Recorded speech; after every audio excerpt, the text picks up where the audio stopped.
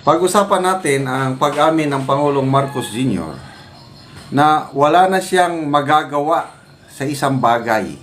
Surrender. White flag na, wala na akong magagawa.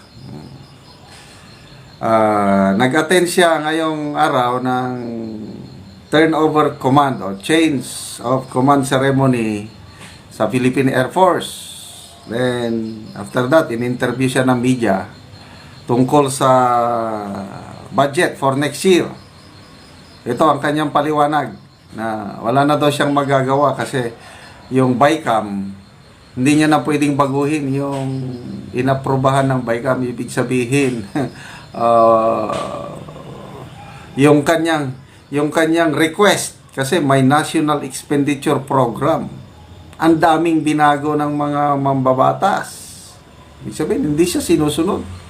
Dagdag bawas. Kaya malaking sakit sa ulo ng presidente ngayon. What shall we do? Parang ganon. Parang binabagyo na naman siya. Okay, pakinggan natin ang kanyang pahayag tungkol sa bagay na ito. Well, we had to have a look because maraming nagbago from the budget request from the different departments, and we have to put it back in the same shape that we had first requested. So unfortunately, we are only left now. I am only left now with the veto power because tapos na sa BICAM. So na-approve na ng So wala na akong magagawa. Veto power na lang. Maraming nagbago sa request from the Executive Department. Panahon ni PRRD, bibihira na nagkaganyan eh. Mayroon lang na delay. Kaya lang hindi yung ganyan na ang daming binago, ang daming binawas, ang daming dinagdag. Grabe. PhilHealth, zero subsidy. Ano ba yan? Modernization ng Armed Forces. Pinagmamayabang pa naman ng Speaker of the House na top priority namin kayo, General. Sabi niya, tawag siya sa Chief Staff. Tell it to your men na we will support you all the way.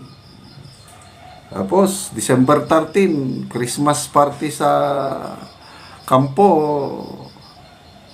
Nagmayabang ang Pangulo. We will build the world-class armed forces of the Philippines. That is a source of national pride. Gagaling magsalita. Yung pala, tinapyasan na ng Kamara at Senado ang modernization fund ng AFP, kalahati. 70 billion o 74, I'm not sure. 35 billion lang ang inapprove. Ayan. Ang daming education department. 4Ps sa DSWD, kinaltas. Dinala saan? Dinala doon sa paborito ng mga mambabatas na proyekto nila sa DPWH. Ayan. Bakit nagkakaganyan? It's all about leadership. Pag mahinang leader, wala. Kayang-kayanin talaga. Ng House, na-approve na ng Senado. Now it's up to us on how we regain control of the spending program. I cannot give you the details yet because that was we are now, that is what we are doing. We're going through item by item, line by line, to see what is priority and what is not. And that's what we will come up with. We were originally scheduled to sign into law the GAA tomorrow, 20th. Pero mukhang hindi kami matatapos pa at that time. So I cannot give you a date because it will take as long as it will take. Yun, kita nyo? Bukas, pipirmahan na sana yung GAA. Wala maraming binago ng kanyang mga kaibigang congressman and senador. So, kailan pipirmahan? Hindi niya alam. So, ito na po, hirap na hirap ang Pangulo sa ganitong trabaho. Baka magkasakit siya. I want to be very, very sure that the budget for 2025 is directed at the important projects that we have prioritized, number one. And secondly, that there is a... Ano yung sabi niya na ang budget is dapat ilaan sa mga proyekto that we have prioritized. Ano ba yung sinasabi niyang prioritize kaya? Ang sana ibeto niya yung pagkaltas ng budget ng AFP modernization. Para naman hindi na tayo ibuli ng China sa West Philippine Sea. Pagdating ng panahon na kasing lakas na natin ang China, world class sabi niya eh. World class armed forces. Ang galing. Ano sa tingin nyo? Kaya ba ni PBBM na sa kanyang termino maging world class ang ating armed forces? Wow, sana magkakatuo. Sana magdilang anghel siya. O sana ibalik yung yung kinaltas sa AP modernization, yung PhilHealth, yung zero subsidy. Kailan wala, nagpaliwanag na siya eh. Sabi niya, may subsidy man o wala, huwag kayong mag-alala. Walang nagbago sa PhilHealth. Paigtingin pa natin ang serbisyo ng PhilHealth. Ni isang kusing, hindi mababawasan ang inyong benepisyo. Ang sarap pakinggan yung mga salita ng Pangulo. Kung pakinggan mo kailang iba ang salita, iba ang gawa. stronger safeguards on the spending for the different projects. Kaya baka mag-assess na naman tayo ng mga project na pinasok na sa insertion. Because yung Yon ang problema, insertion, lalo na sa DPWH. Mr. President, pasalamatan ka pa namin kung busisiin nyo yung mga insertion sa DPWH. Nandyan na naman yung mga flood control projects para hindi na kayo pagtawanan ng taong bayan sa susunod yung SONA na para sa totoo lang, pwede nyo nang maipagmayabang na sa SONA sa susunod 2025 SONA. We have completed 5,500 control projects, flood control projects. Tapos nagbaha, bagyo, walang nangyaring baha.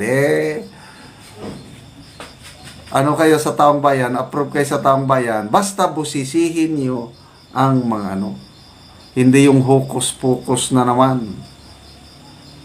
So, maganda rin itong ginawa ng Pangulong ito na busisihin. Kasi ngayon lang nangyari ito eh. Sabi nga ni Professor Cielo the most corrupt budget in history itong 2025. Kaya tama, ito, busisihin ng palasyo. na ginawa ay hindi naman kasama yun sa budget request. So, ano ngayon yung mga yan? Kung talaga bang kailangan, baka yung iba, hindi naman kailangan pwedeng i-defer. Yung iba, walang masyadong, we are starting to see some project proposals that do not have the appropriate program of work, hindi walang appropriate na documentation, hindi maliwanag kung saan pupunta ang pera. Kaya yun ang liliwanag. Yun na, yung kalukuhan sa budgeting ng itong mga mambabatas natin eh. Grabe! Sila lang yung technical working group na sinasabi sa BICAM. Sila yung nagsingit niyan eh. Dapat sana last year pa yan ginawa pagbusisi kasi ano ba sabi ni Attorney Vic Rodriguez o ni Senator Pimentel, lumobo yung insertion, yung unprogrammed projects, 800 billion. Kaya yung budget for 2024 yung ipinasa last year, question sa Supreme Court. Yung constitutionality, kailang up to now walang action ng Supreme Court. Wala rin. Kaya, sana nga, ito ang gagawin ng palasyo. Sana magpakita ng political will ang presidente na hindi pwede ito. Hindi pwede yan. Hindi pwede yan. Ibeto ko yan. So, sana maibalik yung mga, kung sa akin yung PhilHealth, dapat magkaroon ng subsidy ang PhilHealth. Yung education, yung tinanggal, dapat ibalik yung 10 or 12 billion ba. Yung modernization ng AP, yung 4Ps, kailangan talaga, speaking of ayuda, kailangan tulungan ang mga 4Ps. Huwag lang yung AKAP, tanggalin ang AKAP, tanggalin yung mga insertion sa DPWH.